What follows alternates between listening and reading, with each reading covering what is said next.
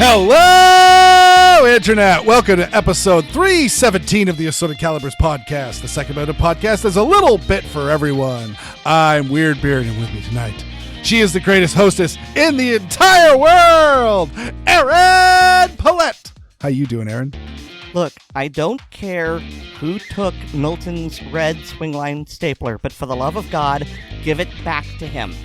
I've got to say, Erin, I am deeply concerned for you and the people of Florida, but the Milton memes are kind of fire. They are. Not gonna lie, I'm concerned too. I'm not worried yet, but Milton's big and Milton's angry, and I've seen something on Facebook, and they credit it to meteorologist Noah Berggren, whoever he is, and when the meteorologist says, this is nothing sort of astronomical, I'm at a loss for words to meteorologically describe to you this hurricane, it's like, oh. Yeah, so Milton is the second strongest hurricane ever recorded by pressure on this side of the world. The eye is tiny at nearly 3.8 miles wide. And here is the cherry on top. This hurricane is nearing the mathematical limit of what Earth's atmosphere can produce. So that's worrisome. It's a Cat 5, and hurricanes don't get bigger than that. Cat 5 is what Hurricane Andrew was. And that's the sort of thing where you look at pictures and it's just rubble. It's what house? So, right now I'm in the very awkward position of hoping that it bleeds off a lot of energy as it rips up part of the Yucatan Peninsula. Obviously, my sympathies to the people who are living there. I'm hoping it's mostly just jungle, but it's human to go, I'd rather someone else gets hurt than me. It sucks. It's not right, but that's what I'm doing. And I'm really concerned about the west coast of Florida, because they're still recovering from Helene, and it's headed right towards Tampa. You know, Tampa got flooded by Helene, and now they're going to get hit with this. And according to the predictions, Milton is going to come ashore as a Category 3. Category 3 is still bad. It's not as bad as a 4 and a 5, but Category 3, you're going to lose parts of your roof. And so you will have wind and water damage. And then, what with the floodwaters already there, I don't know what's going to happen. I've got a friend living in Tampa, and he tells me he's far enough inland, he should be all right. But, you know, McFag, I'm thinking of you, and I hope that you and your family are okay. And I'm really worried about what's going to happen. And so, if it's a Category 3 when it comes ashore, it's really going to suck for them, but it's going to be okay for us, because the width of the Florida Peninsula is going to absorb a lot of that energy, and it'll be a Category 1, maybe a Category 2 when it gets to us. And Category 1 ain't no thing. Category 2, some mild damage like losing some roof tiles, but that's just storm season in Florida. It's not a big deal. You know, that's why I've shared the meme, you know, when you're Floridian and it becomes a Category 3, and now you have to care. And so that's what's going on. I just am hoping and praying that it does reduce, because if it stays 5, or even if it just drops to a 4, it's going to be super bad. So at the moment, I'm not worried, but I am very concerned, and we are planning to bug in, and I've been doing my hurricane preps, and tomorrow we put up the shutters, and then we're going to have to wait and see, and we may have to evacuate, but, you know, the cars have full tanks of gas, and we're as good on supplies as we're going to be. I mean, obviously I'm not as prepared as I want to be, because I want to be living in like a reinforced bunker with an independent, you know, power supply and water supply, but given our means, we are as prepared as we can be. And so past a certain point, It's just, hold your breath and trust in whatever higher power you believe exists and hope to get through it. Yay. Yeah. No, I'm gonna be thinking about you guys and all the people of Florida, and again, just the people that are still digging out from the last storm, because it's just been a 1-2 punch for the Southeast United States. Yeah. Of course, by the time our listeners hear this, the storm will have already hit. Yep. So yeah. So you'll have a better idea than I do right now what happens. Trying to stay positive, trying to make jokes. So that's what's going on with me. How are you doing, Weer'd? I'm doing all right. I'm getting stuff packed up. I'm going down to the blog shoot. Next week's show will be a live round table. Hopefully, if I get a chance to get everyone or get a bunch of people together around a table, and we could do a little podcast recording. So get ready for the not as good mic, but hopefully the content will make up for it. That's all of that. And we're just packing and just getting stuff ready. Just cut a whole bunch of blooper reels so stuff will keep going while I'm away. And David said people were drop shipping ammunition to his house. Are you one of those people? No, I'm driving down. Miles and I are driving together down, so I'm just putting a whole bunch of ammo in the car. Well, I mean, if the car can still drive, that's clearly not enough ammo. That is true. I like the way you think, Aaron Paulette.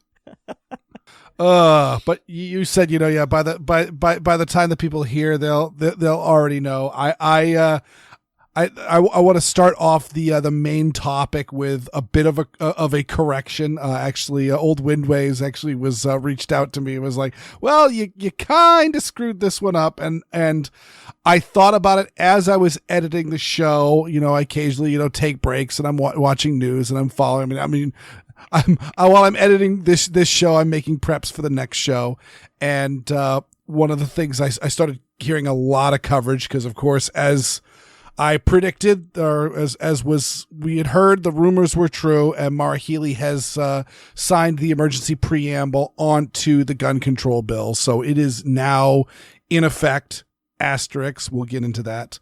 But I will first start by one of the things that I said that was wrong, which was I had misunderstood. I had heard people talking about this, and I had said that if she signs the emergency preamble, it takes away the referendum power. And that is not exactly true. So what the plan is that if we had gathered enough signatures to put it on the ballot, what that would do is actually put the implementation of the law on hold until the people could vote for it. And so it would go from being something that was being forced through the legislature to something that we would actually have time to debate, discuss, and educate people on, and have them decide at the ballot box on whether or not it goes into effect or not. And this emergency preamble essentially sidesteps that. So the law, again, is in effect at the time of our recording. Again, asterisk, we'll get into that. But it will still be, hopefully, we haven't certified the ballots yet, but again, we're getting into that as well. But it will still, if we have enough signatures, it will still go on the ballot, and it can still be repealed by ballot initiative come 2026. So but that's still 2 years of having to live under it, which sucks. It does suck. So that gets into the asterisk part. So Maura Healey. So first up, I spoke like it's a foregone conclusion that we have the signatures, but that's kind of true, because why on earth did Maura Healey suddenly sign an emergency preamble just like, I think it's 60 days after, 60 or 30 days after she signed the initial law without the emergency preamble. And I mean, it's certainly not because she saw that she was losing and decided to do this to circumvent democracy and put it off for 2 years. No, not at all. Yeah, because she said as much. Yeah, because she said that. She has absolutely said that in no way, shape, or form is she doing it to essentially. I mean, again, we're getting out of Second Amendment rules and getting into First Amendment rules. And so the people, it appears that the people have spoken, and the people have said that we need a little bit more time before this law should be implemented. And so, but instead she is saying that no, this is an emergency and it needs to be implemented. Except that rings hollow because, again, I said asterisks. As a matter of fact, we'll only have to live under this law for the most part,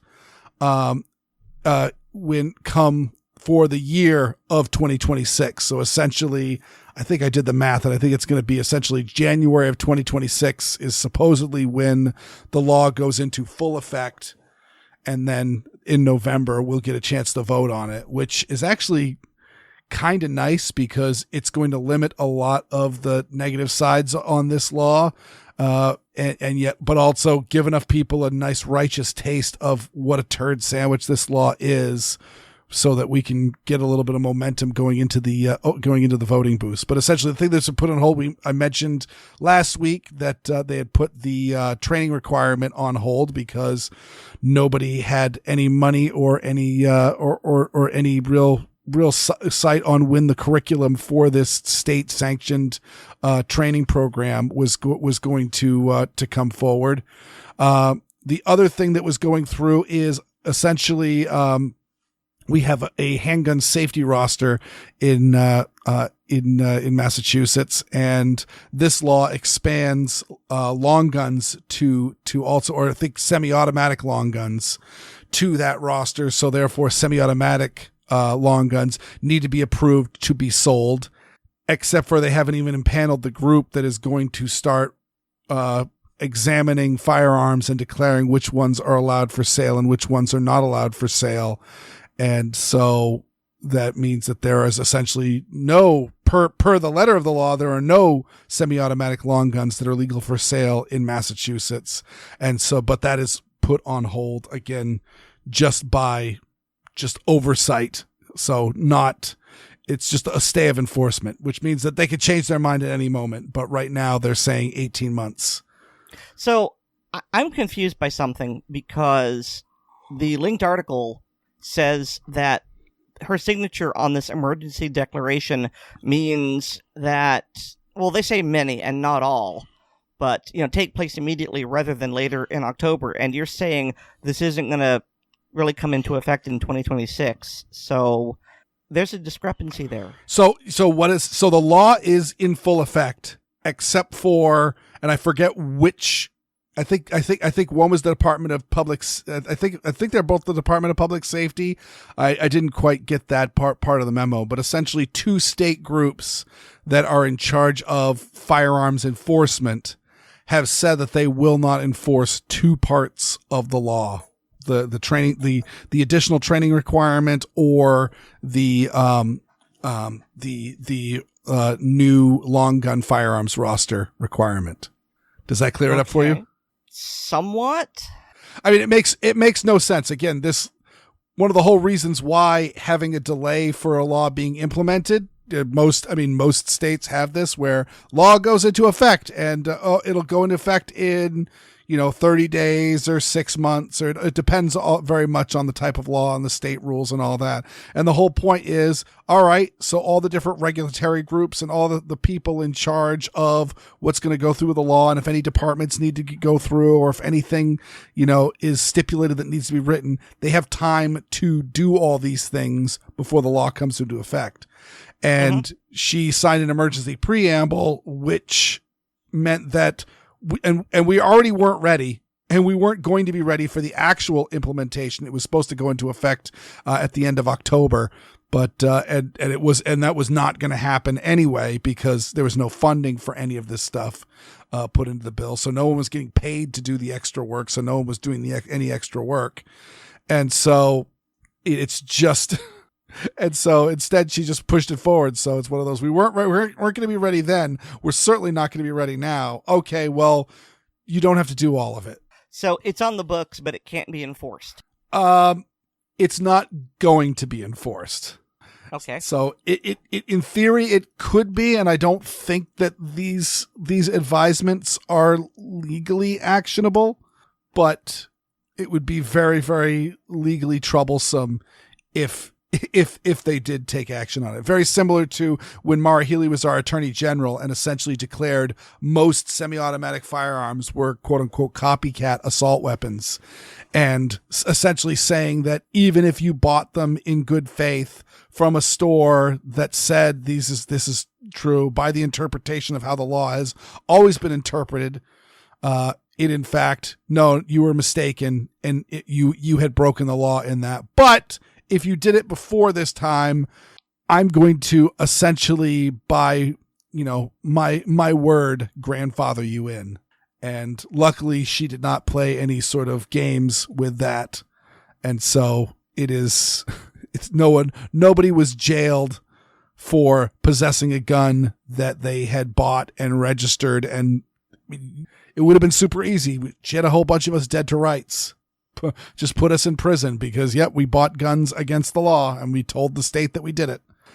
So it's like that. Is in theory, it could be enforced, but it's not going to be because, again, that would be really, really dirty tricks and really underhanded.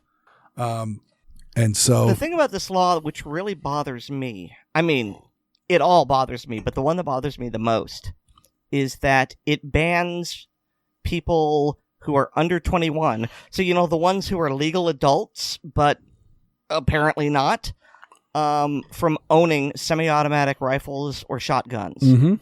Yeah, I was going to ask you, Aaron. Aaron, what was your first firearm? My very first firearm was the single-action Ruger Bearcat revolver that my mother gave to me. The first firearm that I bought with my own money was the bolt-action .22 rifle that was some sort of store-brand version of a Savage something or other. I've forgotten the number at this point. It took me a while to get up to semi-auto because I was still learning to shoot, and so I went with the bolt-action. Yep. No, I took a chance with that because it was one of those, like, so many people that the chances of you saying, "Oh, the first gun I ever got as a child was a Ruger 10/22," is like the new shooter starting, my first rifle starter pack. But it's not everybody, of course. And of course, actually I mentioned in the last show that my daughter had wanted to go to the gun range. And one of the guns that I brought with us is I have a Remington Nylon 66. And the reason I have a Remington Nylon 66 was because when my buddy at college took me out to his dad's backyard where he had 100-yard range carved into the hillside, the first gun that was handed to me was a Nylon 66. And I just went, "Oh, that's really cool." And then I learned about them and was like, "Oh man, it's like that was like the first polymer framed firearm ever, like pre-Glock, pre-VP70. And they're just kind of neat guns. And so I've been looking for one forever, saw one at a shop at a good price. Like, okay, you need to come home with me. Because that was the very, very first gun that I shot as a kid. And it was actually his younger brother's, like one of his first guns. So it's one of those, like, it's super common for young kids to have semi-automatic rifles. You've got obviously the 22s, and then for if kids are bird hunters, it's also super duper duper common for them to have semi-autos, because guess what? They eat up the recoil and shotguns are kind of nasty. So a 20 gauge semi-auto is a really, really good choice for a young kid wanting to shoot birds. So it's, this is one of, and this is one of those things where, if you had on the Monday, that we were recording, if you had a 10/22 or a, semi-automatic shotgun or, any little, semi-automatic rifle as Marlin 60. What's that? Marlin 60. Marlin Model 60. Yes. That's actually the first 22 rifle that I actually bought. I was an adult at the time, but it's a Glenfield. So it was the Sears and Roebuck, version of it, but the Model 60, it's a great rifle. Love them. If you had any of those semi-automatic firearms, you are now breaking the law. it was legal the day before, but now you are breaking the law. There's no grandfather. There's no provision. You cannot have one if you are under the age of 21 and have an FID. You need to have an LTC to own a semi-automatic firearm of any sort. So yeah, that's pretty crappy. And it's also going to be a huge issue. One of the things that the Gun Owners Action League is talking about is the fact that we're getting into bird season is about to start here in the fall. And there's a lot of people that travel in for the various, especially for like seabird hunting and estuary hunting. And so Massachusetts is a great state for that. And I believe actually no outside hunters can bring in semi-automatic rifles. So if you're a grown adult, unless you have a non-resident LTC with the state of Massachusetts, which again is a royal pain in the butt. It's only good for 1 year. You need to apply in person in Chelsea, Massachusetts, which is not a great part of the state. Yeah, it's one of those things of even the Elmer Fudd thing of you should only own guns if you're a hunter. That's the only reasonable reason. Well, guess what? We're not letting you own guns if you're a hunter either. So this is a terrible law. It looks like, and I've talked to a bunch of people, and I've heard it does sound like we have more than enough signatures, and it's suspected that Maura Healey has heard because of course these signatures have been being certified by the various towns, and the certifications are being sent in to the state on the fly. And so Maura Healey probably has information on how many certified signatures we have and how many days we have left to collect them. There's still a few more days left at the time of this recording. There may not be any time. There definitely won't by the time this podcast reaches general release. If you're a Patreon patron and in the state of Massachusetts, which I think Old Windways is the only one, and he's already signed it. But yeah, if you are or know somebody, again, you might have a little bit more time. Again, we want to get as many signatures as possible, but it does seem like we have enough for it to get on the ballot.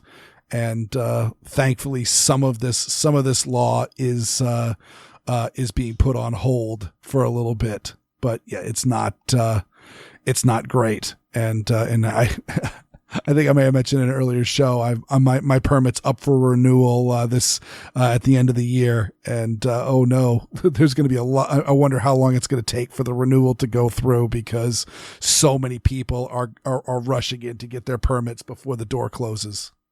All right, well, shifting gears now to some good news. There's a silver lining to that cloud a little bit, and probably also we're likely going to be having a temporary restraining order put out on the implementation of the law, as well as as an appeal to the Mass Supreme Court about the constitutionality of this rule. But for the time being, it's overall a bad story for gun owners. But we have some good news, which is that probably by the time you're hearing this, the Supreme Court will be hearing another gun case. I mean, actually, we're recording on the 7th, and they are set to hear arguments on it on the 8th. Yes. So, I mean, we may not have a decision by this point, but they will definitely be heard it. Yeah, that's good. I actually hadn't had. Yeah, I guess. Oh yeah, nope. 10 a.m. on October 8th. Yep, I didn't quite realize. I'd heard people say that. Yeah, it's probably going to go in tomorrow, but I wasn't sure if that we had known the exact time. But yeah, nope. It is set on the docket, and so this is a case that's essentially challenging the ATF, essentially the white paper. So for our listeners who are eager for Weer'd to get to the point, this is Garland v. VanDerStok. And so this is challenging the 2022 ATF rule regulating ghost guns. Woo! So that's what he's talking about. I now hand it back to Weer'd. Yeah. That's all. It's just that, the regulation that's essentially trying to essentially turn, again, things that aren't firearms into firearms, and making rules about when you have to put serial numbers onto a firearm that you've assembled. In a just world, again, nothing is certain in the world at all, but I suspect how the court has been going, and the NYSERPA test that Clarence Thomas devised, this is very, very clearly well on our side, because, hey, guess what? For the first century of this country, most of the guns were being made by blacksmiths and gunsmiths by hand, singularly, and so this should go our way. But again, obviously, we've got at least 3 justices that are under no circumstances going to vote in favor of the Second Amendment, as logical as that may be. And so I'm just sad, especially, again, Ketanji Brown Jackson. I just thought, you're from DC, you're African American, you were a public defender, you know how gun control works. Why would you vote in favor of it? But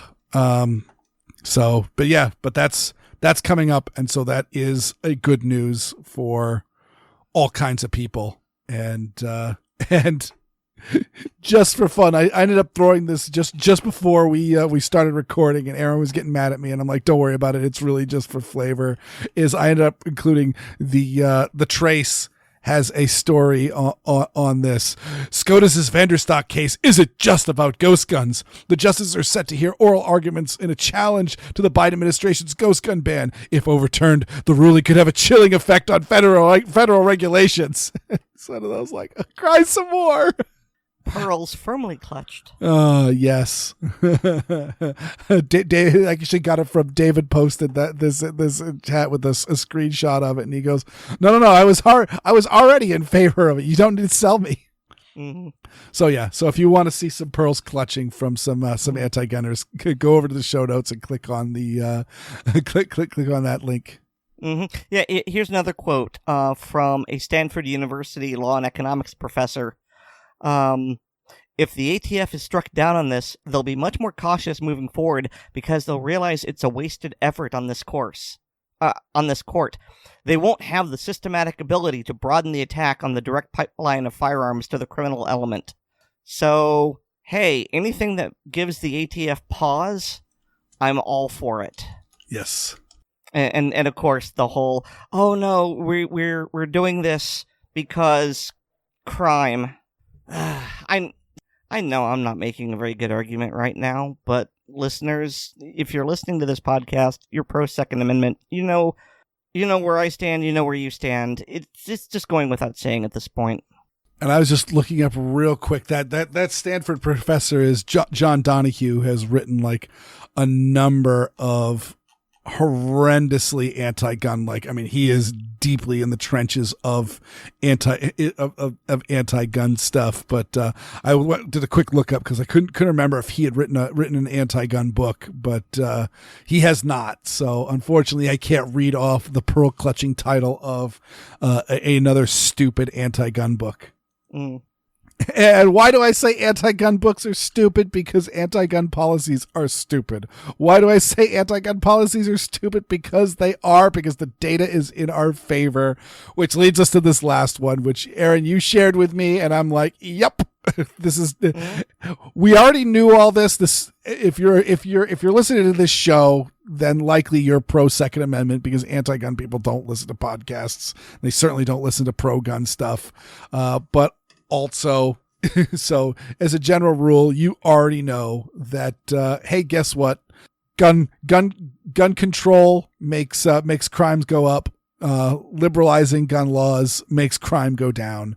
And the FBI's National Crime Report is out for 2023, and it shows a record-breaking decline in murders during the year when a number of states adopted constitutional carry. So, yeah, This is something we should already know because we don't hear that much pearl clutching and propaganda against constitutional carry states. They will talk about it within closed groups because they know that when preaching to the choir, that is something that gets the dander up of gun control people and kind of, is motivating to them. But when they try to put stuff out to the general public, they don't talk about constitutional carry because guess what?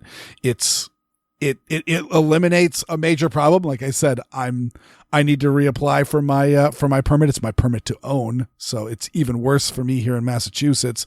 But it's also my permit to carry, and I'm worried that it's gonna be super duper jammed up because there's 1 million people applying to try to get in under the radar before the crappy training is drafted.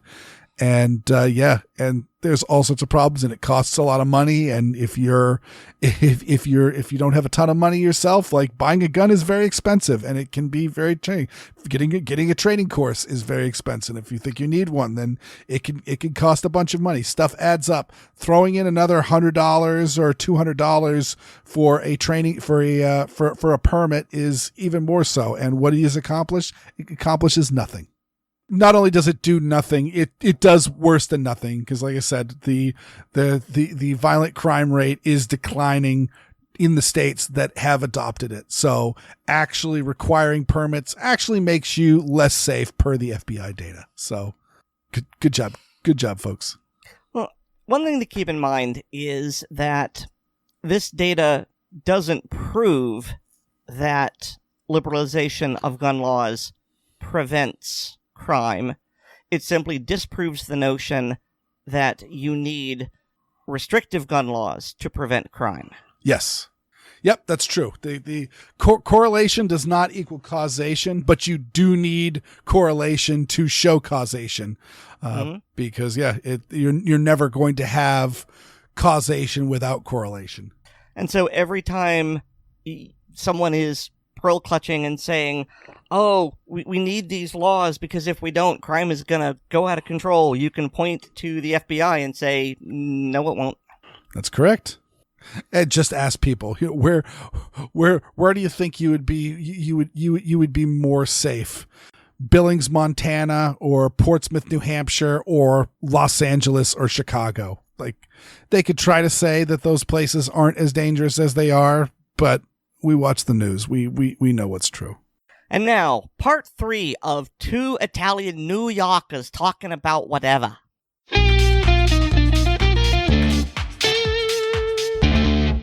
Hi, and welcome to Gun Lovers and Other Strangers. Continuing from the previous installments, in this segment I wrap up my conversation with Anthony Battaglia of Accurate Mag.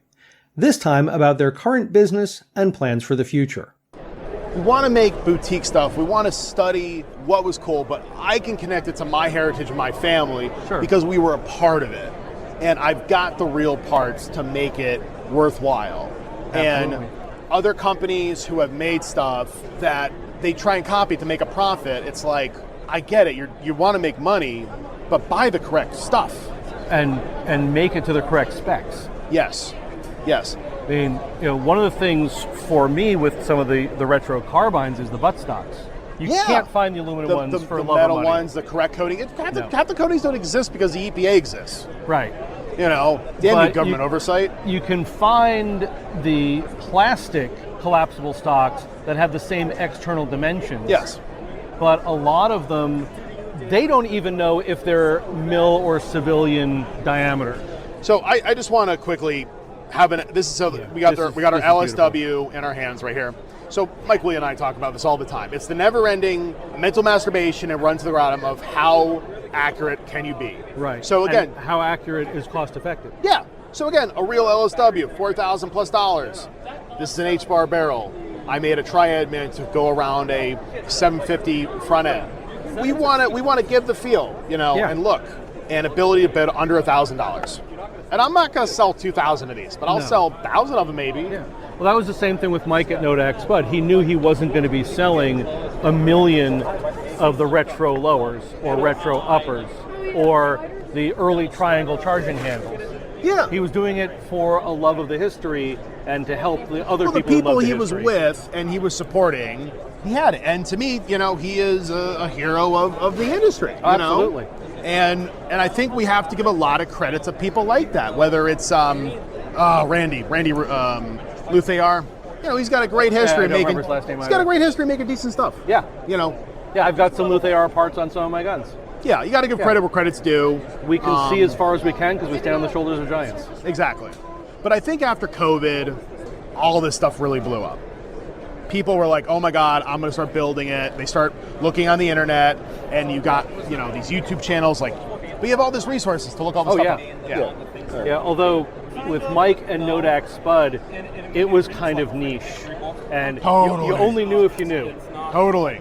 And then suddenly in the mid to late aughts, suddenly everybody got into the retro stuff, and all of the cheap surplus parts just dried vanished. up. Yeah.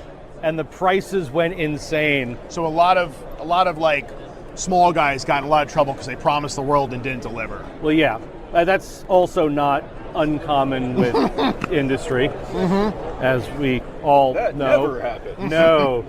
But So that's where you are now, is getting this part of the business moving. Where do you hope it goes? Where do you see it going realistically? And with Mike over at PSA, that's going to introduce a lot more people to the retro options. Yeah, he has the bandwidth that we can only dream of. But he's going to, in effect, be doing some of your marketing for you. To a certain extent, yeah. Like I said, I'm not looking to ever compete with these guys because I still make parts for them. So I want them to buy parts from me. I'm not going to sell 500 of my lowers. PSA will buy 500 of them. I think it's trying to support those local retailers who want to have a wall of quality parts for people to buy. Right. So brand recognition, number one. Like with my Instagram, I got 3 followers. Follow me on Instagram, Retro Arms Co. So it's just getting off the ground a little bit. And then seeing how people react to products. And if people really want more into the uppers, we'll do it. We'll totally do it. But it's just right now, we've got our 9mm, we've got our 5.56s, and we're going to continue selling those. So we've got what we've got for this next cycle, and we call it phase 2 of our plan. And then next year, But one of the things I see as a potential avenue is, okay, Mike is at PSA and he's doing great things there, and he's coming out with their retro line, but there's stuff that it simply wouldn't be cost effective for them to do at the volume they need to do it. Yeah, totally. And that's where you come in. Yeah. Is you're communicating with them for what they want, and you're probably hearing about the scrap in the junkyard that finally gets cleaned out. You're like, oh, I finally have a dashboard for my Miata that I've been working on. You're like, I have a barn. I just put internet in it, and I smoke cigars. I throw wrenches at my trucks. I build guns, and I try and sell them so I can buy more parts. Yeah. Yep. So just to quickly sum up thoughts on this, I have a son, right? He's 8 months old. Congratulations. Thank you. In 20 years, is there a little part of this business that still exists that he could take over and make money on? Maybe. I hope so. I'm not banking on it, but maybe something I make out of this is going to give him the opportunity to do something else, because part of me doesn't want him going in the family business. I can't tell you how many times every week I just sitting outside and I'm like, I don't really want to go in. I don't really want to do this anymore. And I left my family business 3 different times. I can tell you that straight. I'll tell you the front.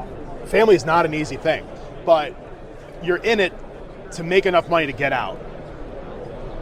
I hadn't heard someone put it quite like that, but that makes a lot of sense. Yeah. My grandfather went to work till he was 88 years old, right? And now he's living. And he's still alive. I still see him every week. Blah blah blah. But I don't need to make $10 million to be enough to live. If I have enough to live by, we need enough to have a certain quality of life that we think is appropriate. Yep. And that's it. So very cool. Thank you so much for your time. Yeah. Make sure to put in the show notes for the episode where this goes up. I'll make sure to put links to your various. I hope to be back on or contribute more. Or I enjoy this sort of thing. It's cool. Yeah. Thank you. And I definitely need to get money together to buy some of your parts because I now have more projects in mind. All in all, Anthony was a super interesting guy to talk with, and I look forward to seeing him again at either the next GOA Goals Expo or some other event.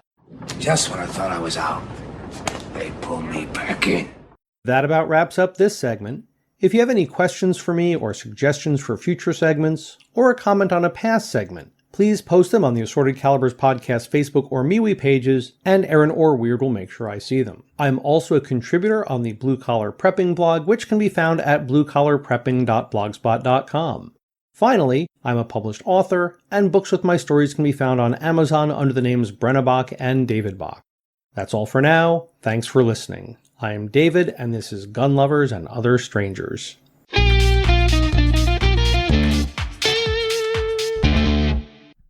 Aaron, you were joking before the show started on the fact that we still never actually really talked about Accurate Mag, the Accurate Mag part of the business.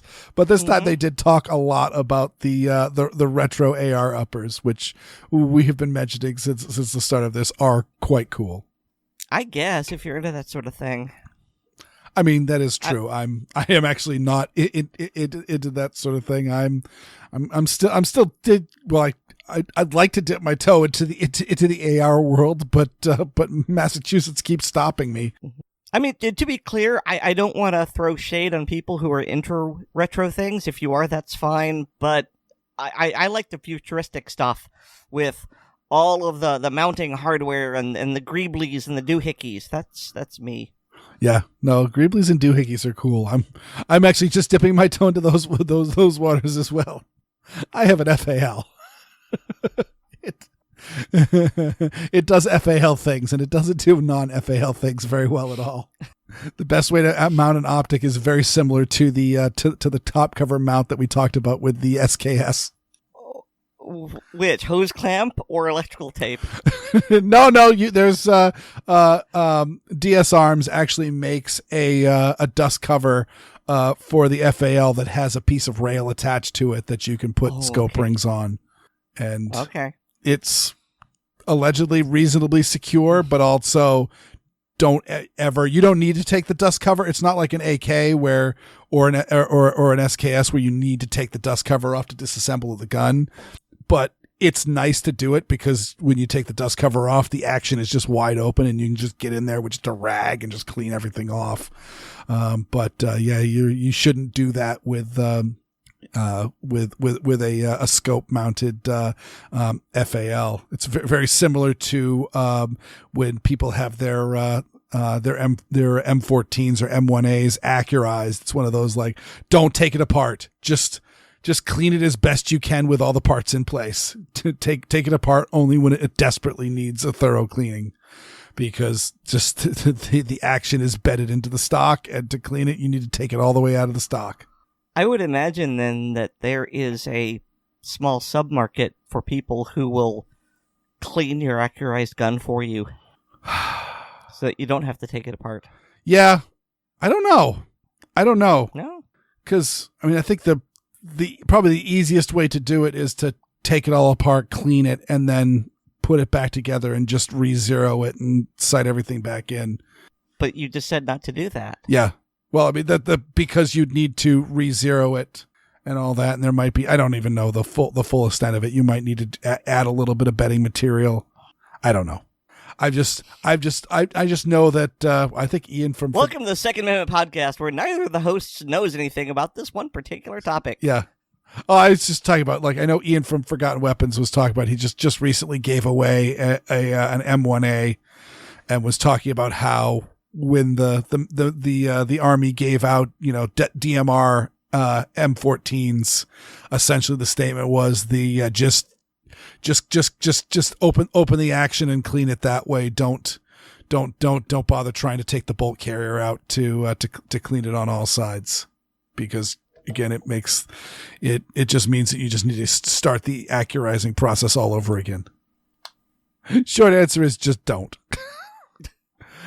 But I mentioned Ian, and of course, Ian is one of the proprietors of Headstamp Publishing, and if you've been following Forgotten Weapons, you will note that there is a new book being crowdfunded for Headstamp called Licensed Troubleshooter: The Guns of James Bond, and I sat down with the author of that book, Caleb Daniels.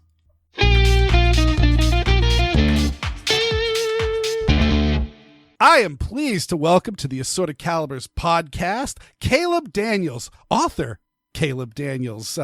And of course, we were just chuckling about that just before we started recording because, Caleb, you have written your first book. Yeah, it's very exciting to be on and to be talking about it. It's good to be here.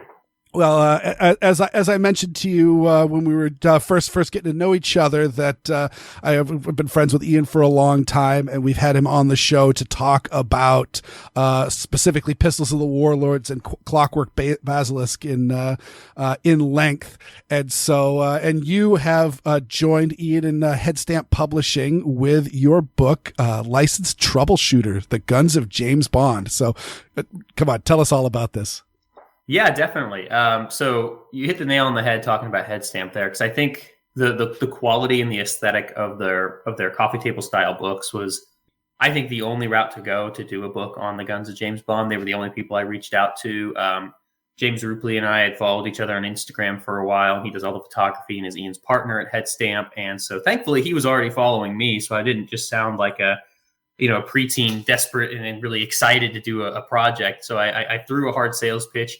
Ian got looped in a few weeks later, and in like late 22, early 23, we signed papers and away we went. And it's been a really fun journey to getting to today, which is a book that celebrates the Guns of James Bond, spanning all the novels, continuation authors and Fleming, and all the films, Eon Productions and otherwise. So it's quite the spread of subject matter, because that's 70 years of a cinematic and literary character.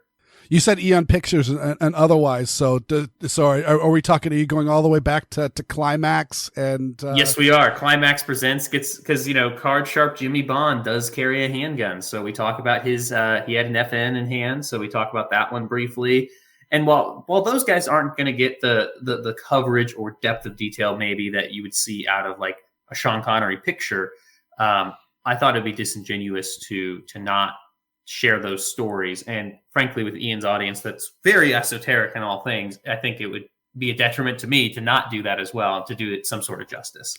I mean, that is a really, really awesome. I didn't quite realize you guys, I knew you guys went deep, but I didn't realize you quite went that deep, especially, if you don't know what we're talking about. I believe like the best and possibly only place that you can really watch the Climax James Bond TV. Was it a miniseries? I think it was like 2 episodes. It was a TV picture. So it was back in the 50s where Climax presents, right? They do like a one-shot adaptation episode sort of thing, and it was a made-for-TV movie. And so that's why we didn't get a Casino Royale licensed film until 2006, because that was the first one that Ian Fleming had sold off with rights, and the Eon Productions team didn't get the rights to that film until about 2006 timeline. So yeah, the 50s, it was a black and white TV movie, completely adapted for the American market. Like I said, he's not James Bond, he's Card Sharp Jimmy Bond. So it's an interesting affair, and yeah, Barry Nelson's in that, and it's an interesting piece. And then of course you've got Never Say Never Again, which is, I think, a fascinating one to highlight as well, just because it was coming out at the same time as one of Roger Moore's films, and both Roger Moore and Sean Connery are armed not with a PPK, but with the Walther P5 in those films. And so you get 2 Bond movies in the same year with 2 legacy Bond actors carrying a brand new Walther. And from our perspective with this book, fascinating story to tell. Oh, that is really, really cool. And so, yeah, you also mentioned, Never Say Never Again, another licensing issue that was going on. It was a remake of Thunderball, and a very good remake in my personal opinion. But I think we'll be talking a little later about movies. Yeah, absolutely. So how does one go about? How did the introduction between you and Ian and Headstamp Publishing and the publication process go for this?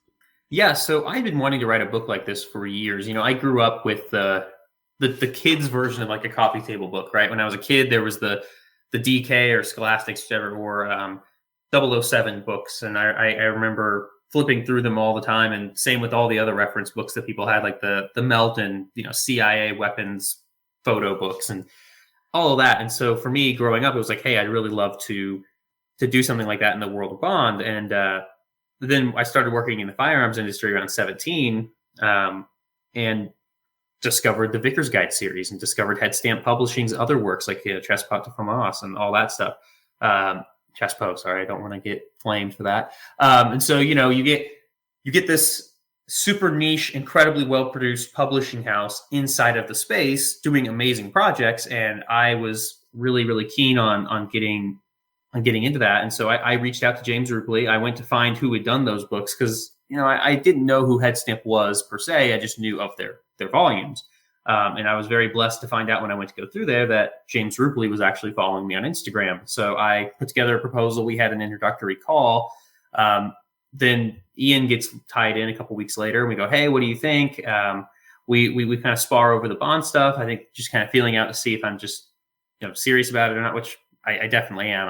I spend a lot of time on this topic area. And they agreed. And frankly, I think what's really fun about this book for them is it's a delving into the pop culture landscape. But I made sure to tie it back to a lot of the things that Headstamp's really well known for, which aside from the amazing photography, deep level research, but then also tying it back to the real world. To me, that was one of the most important parts of this publication, was discussing the firearms of James Bond in the context of how they're used by 007, in addition to the real world operators who had leveraged these tools, in actual combat. So I've had the chance to sit down with CIA operatives, DSS operatives, U.S. Navy SEALs, British commandos. The list goes on, talking about James Bond's guns in combat, their own experiences with the pop culture character James Bond during their time. Like, Mac v. SOG operators telling me that they were all shooting suppressed PPKs in Vietnam and striking James Bond poses during target practice. I mean, this stuff like that is really important to me to share because none of this exists in a vacuum. And they all somehow interplayed with each other one way or another. And I think telling that story all together is what makes Headstamp so great, because they understood the vision and they were willing to go along with it. And they let me go on this journey with them.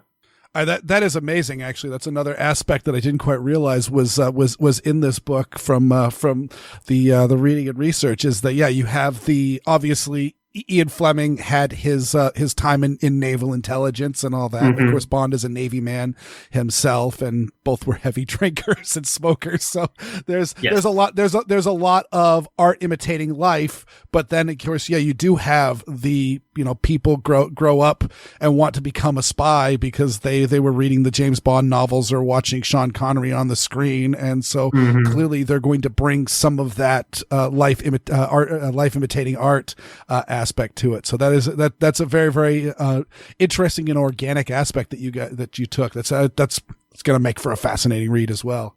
Yeah, I like those little vignettes. I think Warlords had a great little couple sections in there about different empires and things like that, and warlords in particular. And so seeing that, I'm like, okay, great. This opportunity to kind of step slightly outside the box that people anticipate is par for the course inside these volumes. And so doing these interviews and talking to guys like Dave Hall, U.S. Navy SEAL, about how he, during GWAT, was seeing some of his guys carry PPKs around military bases, concealed carry pistols, and then one of his friends accidentally carrying one onto mission instead of his full-size service pistol. I mean, those are kind of cool stories about how these guns are still being used today, that I think it'd be disservice not to talk about. Oh, that's neat. And you mentioned Pistols of the Warlords. You mentioned to me that you kind of took a page out of that gorgeous book and chose to make this a lot more picture centric. Yeah. So, we have a ton of copy in this book. I think I mentioned to you before we started recording that I've had to cut myself pretty dramatically because, there's so many firearms inside the world of James Bond. So I had to kind of play museum curator and elect which ones made the most sense. But even inside of the ones that we include, I had to cut, I think, an additional, because there are a ton of words already, like an additional 10,000 words just out of the ASP 9mm section, just because of all the fiction and lore and all that nonsense that goes along with it. But since my book is going to focus in on a pop culture character, and it was going to go to firearms enthusiasts, in addition to people that aren't in the world of firearms necessarily, but are massive James Bond fans, because I do a lot of work in that space as well. I wanted this book to be a really high-end entry point to our world and to our industry for these non-traditional shooters. And James Rupley's photography is precisely the way to do that. I firmly believe this is the kind of book that I hope I will consider it a victory. If one of these guys who isn't a gun person, but is like a Bond fan, this is the book they pull out when they're having their morning coffee on a Saturday, and they read a section or two, and they glean in some new cocktail conversation, right? And they want to return to it later because of the photography, because of the reading. I'd love for them to read the whole thing, but at least if they're seeing the Bond guns and they're catching, 1,000 words here or there, they're going to be soaking in this information and slowly getting more ingrained into our world. Because the normalization of the world of firearms for me is tantamount to what I do every single day. And to me, this book, Bridging the Gap Between Pop Culture and Reality, was the most effective way to do that. Yeah, no, I think that's correct. I mean, even as someone who was raised in an anti-gun home and really didn't have much contact with firearms until my adult life, there certainly is even though I wasn't a gun nut as a kid, I was a James Bond nut, and so the Walther PPK and the various firearms that are going through, like the WA-2000. I didn't even know what it was, but just that that just scene, the look. Yeah, that scene from the Living Daylights just absolutely just was stuck into my head. And as I became gun literate, I kept going back to some of the things that I was going on to on the scenes. You'd like to use the bullets with the soft points. What does he mean soft? Like they're bullets. All bullets are hard, aren't they? And right. That aspect. Did you talk about the WA-2000? Not only did we talk about the WA-2000, I'm very blessed. I've done work with Walther over the last 4 or 5 years now, and they're great friends. They actually flew me out to Germany, and I got to spend some time with the actual screen-used Walther WA-2000 from the Living Daylights, one of two that ended up on set. The owner of Walther Arms, Wolf-Heinz Flaumer, purchased it at a Bapti auction back in the early 2000s, and it proudly hangs in his personal office. So I got to go handle it and capture it. I've actually got a photo of it on my desk right now because that was just one of the coolest experiences ever. And that was one of the great things that came out of this book, was a journey over there through the Walther archives with the ownership and leadership. Very, very exciting. That's actually really amazing. I think outside the Pancor jackhammer, I think that's probably the gun that has the most appearances in pop culture for the least number of production units made. And and the tragedies too. We're down to, I think that Walther has it estimated about 150 or just a shade above that left in the wild, with out of the 176 or so that were manufactured. I saw 4 in Germany. I saw and handled 4. One of them was James Bond, so it's pretty cool. Yeah, but it's just because I'm a nerd and I can't leave that there. Is it one of the ones in 300 Win Mag or 308 Winchester? So that is the actual question of consternation that I'm trying to figure out myself, because when I got there, it kind of threw me back a little bit when I sat down with the gun, because the barrel / gas block / muzzle was slightly different than the screen used version. And I realized it's because the gun is designed to do barrel swaps and caliber conversions and all this. And they had put a different barrel on the gun, and I assumed they had kept it. But, I had a very limited amount of time that morning. So I've had some emails back and forth waiting to hear back on the final answer here. But the gun was obviously decommissioned, deactivated.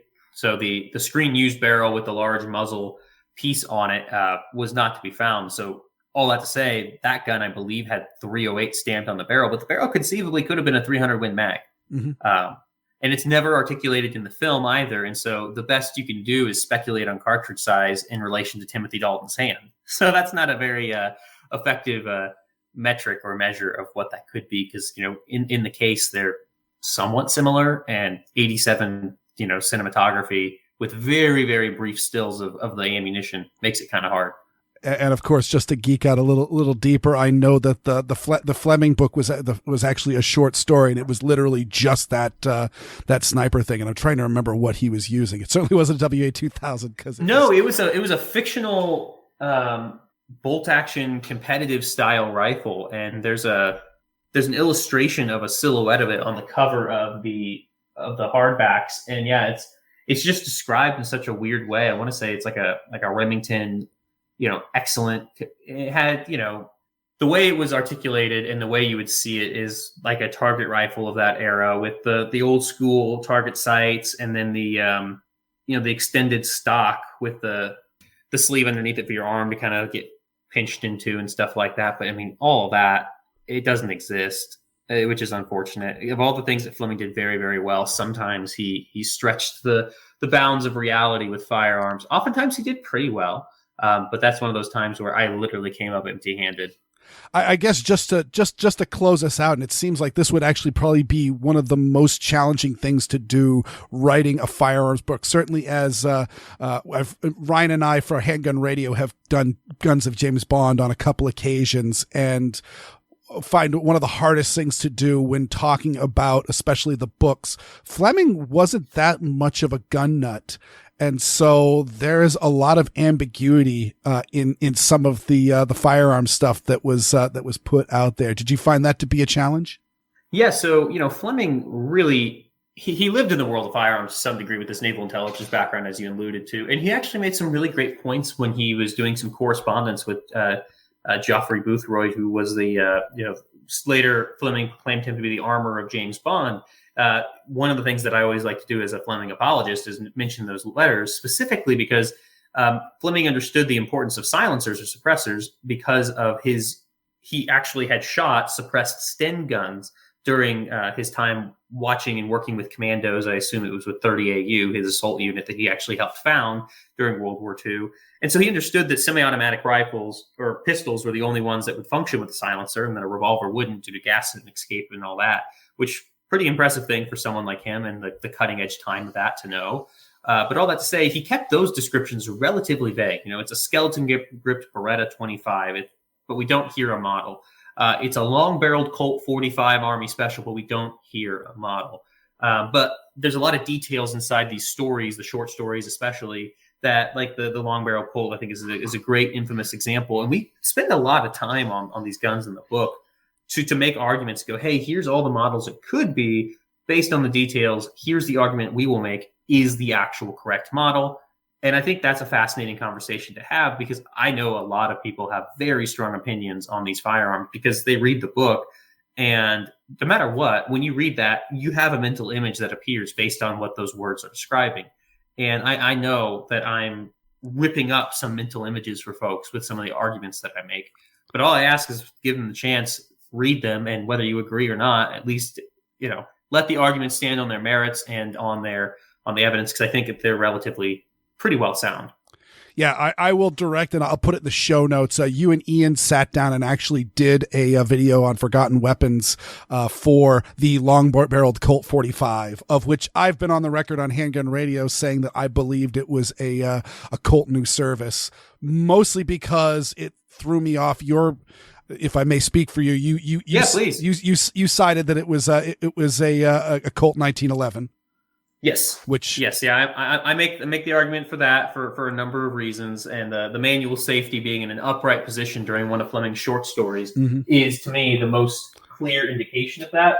In addition to the fact that he would have had exposure to the 1911 because he founded his own commando unit during World War II, and he was known as their supply master. In fact, these guys in writings and letters specifically, basically call him the Godfather and say that, they got what they needed because Fleming took care of them. Well, they carried the 1911, which means he was somewhat familiar with that. And then, as I researched and talked to folks on the European side, they laughed when I had this question with them, because a lot of them were like, well, we just always called it the Colt 45 and you guys call it the 1911. So that's not hard evidence, but to me that reaffirmed the argument that I was making. I mean, this is just a fascinating dive, and if you would like to dive down that and also get yourself just a beautiful collector's grade book, I've got links in the show notes to Headstamp Publishing and to the to the Kickstarter. The book is Licensed Troubleshooter: The Guns of James Bond by Caleb Daniels. Thank you so much, Caleb. Thank you.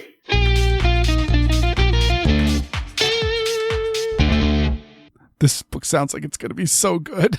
Like he surprised me. He's just one of those. He covered all the books and all the movies and the Eon pictures and the films and even the TV show. Like, oh, I'm super excited about this book.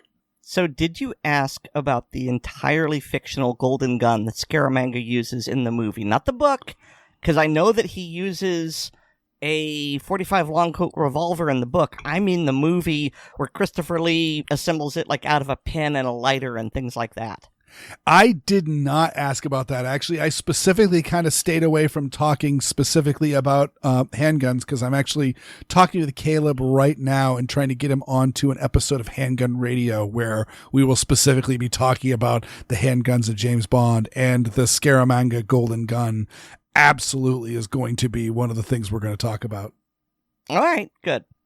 So here's something that I'm pretty sure you know because you are a massive nerd for James Bond, but most of our listeners don't know. So, Caleb mentioned Geoffrey Boothroyd, who, short version, he was a British expert on firearms, and he read some of Ian Fleming's early novels and wrote in and basically said, no, James Bond wouldn't use the 25 caliber Beretta. It's not good enough. He should use something else. And Ian Fleming later introduced a character into his novels, starting in Dr. No, and that character was known as Major Boothroyd. And Major Boothroyd is actually the proper name of Q. It's only mentioned twice. First in Dr. No, where he's not named as Q, he's just named as the Armorer, but he's called Major Boothroyd. But then later on in The Spy Who Loved Me, in which we've got Desmond Llewellyn playing Q, I don't remember who it was, but it wasn't Bond. It was a woman he was with, and I want to say she was a Russian agent, but she referred to Q as Major Boothroyd. So I thought it was neat that Ian Fleming, I don't know if this is Tuckerization or not, because I think you only do that to people you kill in your books, but he definitely included a fan later on into his canon by using that name. So that could be potential game-winning trivia. The proper name for Q, for at least most of the James Bond is Major Boothroyd. Also, the fact that he included the Climax Pictures movie, where again, who was the first person to play James Bond, and it was Barry Nelson. It was not Sean Connery, and the first Bond villain was not in fact, I forget the actor who played Dr. No, but in fact it was Peter Lorre playing Le Chiffre in, again, this American made-for-TV movie of Casino Royale. Which is completely different from the Woody Allen Casino Royale film. Oh, yes. And that was Orson Welles, a very drunk Orson Welles as Le Chiffre. That movie was an absolute train wreck. It is interesting for what it is, but at the same time, it is, it's overall not good. And I just looked it up. It's Joseph Wiseman who played Dr. Julius No in the what was that 1962 film.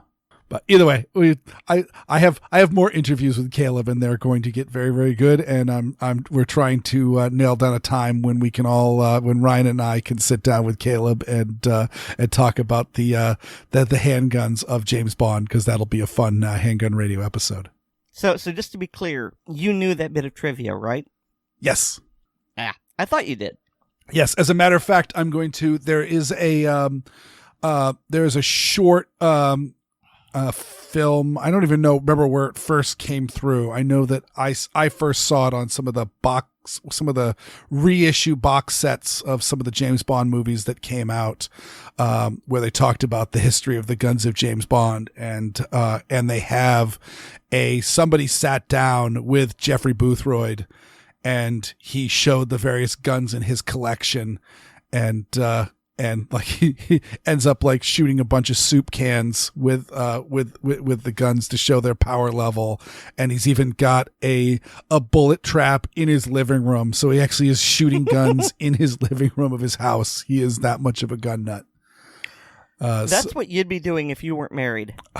Yes, that there's a distinct possibility of it. Of course, the big issue you have is that people didn't really care much about lead exposure back then, but it is absolutely a so getting the proper ventilation going through in an area to shoot in the house would be an issue. Plus, might run afoul of some laws, but again, better to ask for forgiveness than have a battering ram knock down your door. No, this is not a good thought experiment, Aaron.